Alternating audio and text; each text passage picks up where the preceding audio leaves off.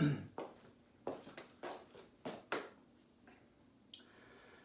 what's up guys? It's Coach Lloyd here from BTY, and I am going to go over some drills that you can do at home for basketball that does not require a hoop, and some don't even require a ball.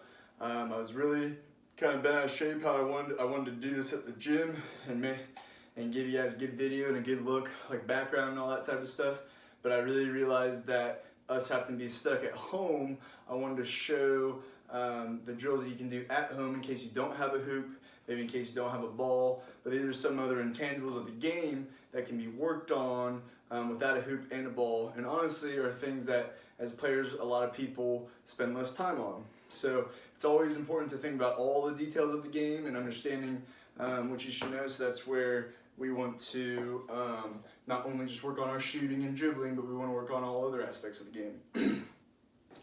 So this first part we're going to do from the garage, just got pretty crammed little space here, but enough to move back and forth. We're just going to work on our defensive stance and our defensive breakdown. So basically I'm going to start back here, and I'm going to approach the camera, moving like faster, almost like a run, and I'm going to, right when I get closer to the camera, I'm going to chop my feet, break down, and get in my defensive stance, okay?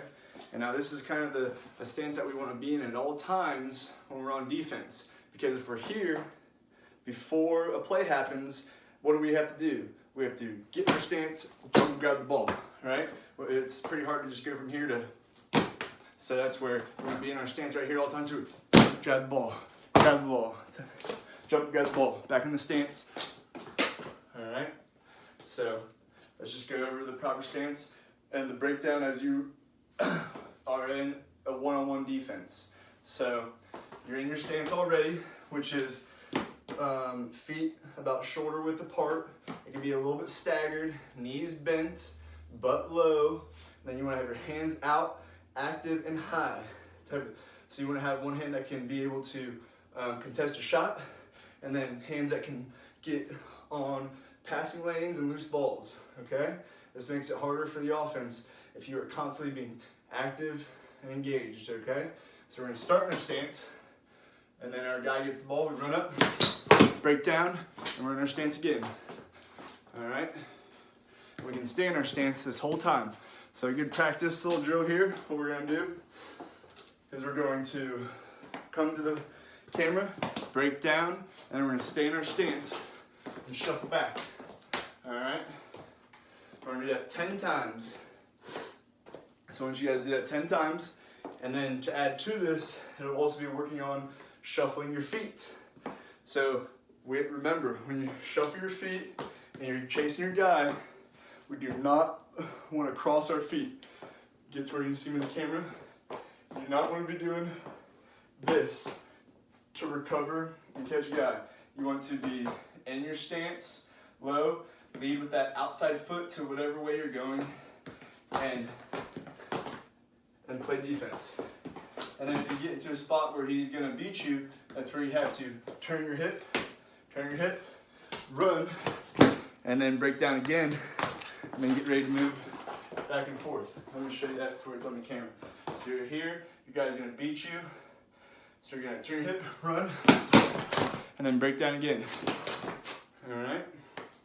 So let's just start with 10 of the defensive stance breakdown. All right? In your stance, run up, break down. That's one. So get some conditioning out of this, okay? Don't cross your feet. 2. All right? So I want you guys to do that 10 times and get some conditioning. You should be out of breath. I'm even out of breath just talking and going through this about 50%. So you guys going through 100% should be nice and tired. So this is just working on our defensive stance at home in the garage with about 8 to 9 feet, maybe 10 feet of space, all right?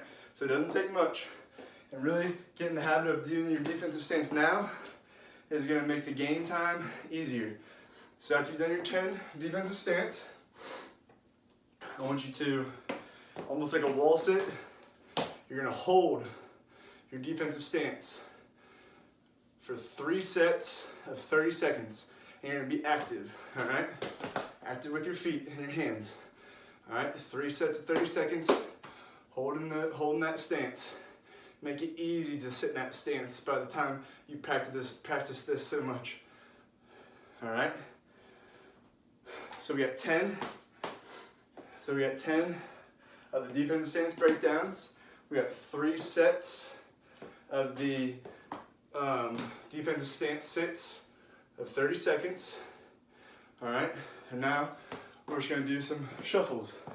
So I know a lot of our kids, we do this in practice to warm up every day and before our games, but now we just do some defensive slides, and you can go back and forth about maybe like a 5-foot range from each other. But the main point is to kind of change your direction a little bit, not to cross your feet, and to work hard doing it so that you're getting some conditioning and real game-like reps that you would be, how fast you'd be moving in a game, okay? So you're in your stance, ready to go. I'm gonna touch the garage door and then come back to this area, all right? Stay low this whole time. Really work on not crossing your feet. If not crossing your feet costs you speed right now, that is fine. Just keep working on it right now, okay?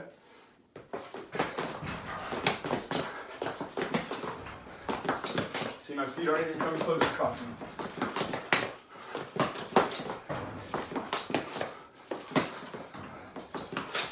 All right, so I want you guys to do that now. 3 sets of 30 seconds. And that is a good little defensive practice / warm up. So we got the defensive breakdown and retreat with our back steps, 10 steps, 3 sets of 30 on the defensive stance sits.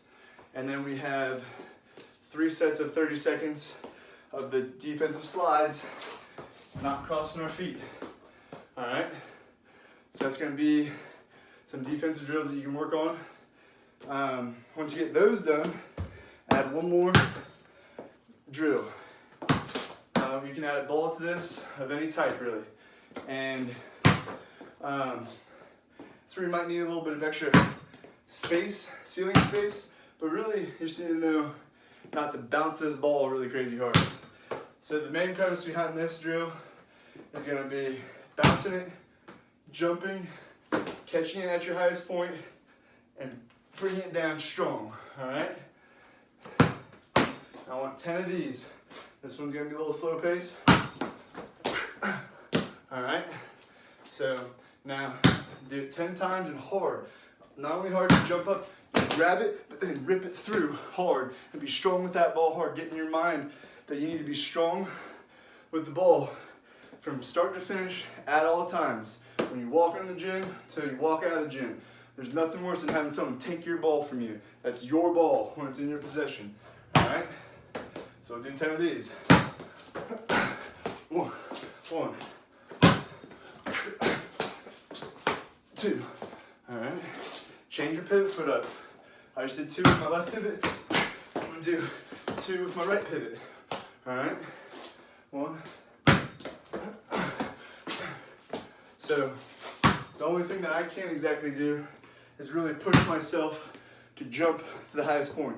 So if you're doing this in your driveway or outside or in a gym, make sure to add that little aspect to it, where you bounce it and you're really jumping high to grab that ball, rip it down strong. All right? So I want 10 of those. So this is a good little defensive workout, and it's taking about 9 minutes to explain it.